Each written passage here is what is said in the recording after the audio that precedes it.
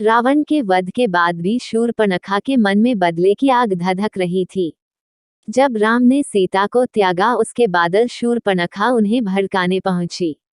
सीता ने कुछ ऐसा कहा जो हम सबके जीवन का मंत्र बन सकता है। रामायण और महाभारत की कथाएं हमने जीवन जीने की सीख देती हैं।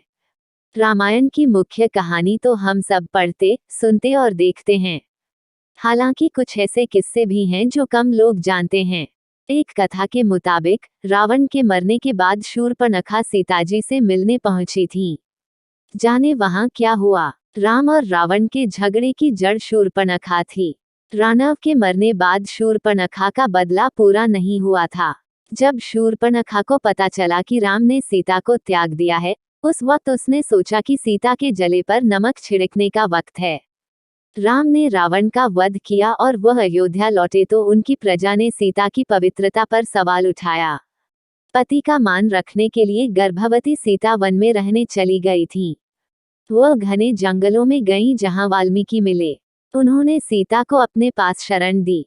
जब सीता शांति के साथ वहां रह रही थी तो शूर्पणखा उनसे मिलने पहुंची। सीता का जीवन बदल चुका था।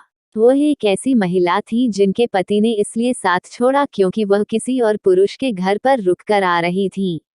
इस बात से शूर्पणखा काफी खुश थी। वह उनका मजाक उड़ाने पहुंची। शूर्पणखा ने सीता के पास जाकर उन्हें याद दिलाया कि राम ने कभी उसका तिरस्कार किया था। आज सीता के साथ भी वही किया। उसने सीता को याद दिलाया कि दशरथ पुत्रों की वजह से उसे कितना कष्ट झेलना पड़ा। अब सीता भी राम की वजह से कष्ट में है। सीता ने शांत भाव से शूर्पणखा को बैठाया और बेर दिए। कहा कि ये उतने ही मीठे हैं जितने कि मंदोदरी की बगिया के थे। उकसाने से प्रभावित सीता को मुस्कुराते देखकर शूर्पणखा और तिलमिला गई। उसे उम्मीद थी कि सीता दर्द से तिलमिलाएंगी। वह उन्हें कष्ट में देखकर खुद खुश होना चाहती थी। सीता जरा भी दुख में नहीं दिख रही थी। उन्होंने अपनी किस्मत और उस दर्द को स्वीकार कर लिया था। शूर्पणखा को तिलमिलाया देखकर सीताजी बोली, मैं अपने आसपास के लोगों से कब तक प्यार के बदले प्यार पाने की उम्मीद करूं? सीता बोली, खुद में वह शक्ति पैदा करो कि दूसरे तुम्हें प्यार ना करें फिर भी तुम उन्हें प्रेम कर सको। सीता को इतनी शांति से बातें करते देख शूर्पणखा परेशान हो गई। उसने भड़काया कि क्या सीता को न्याय नहीं मिलना चाहिए।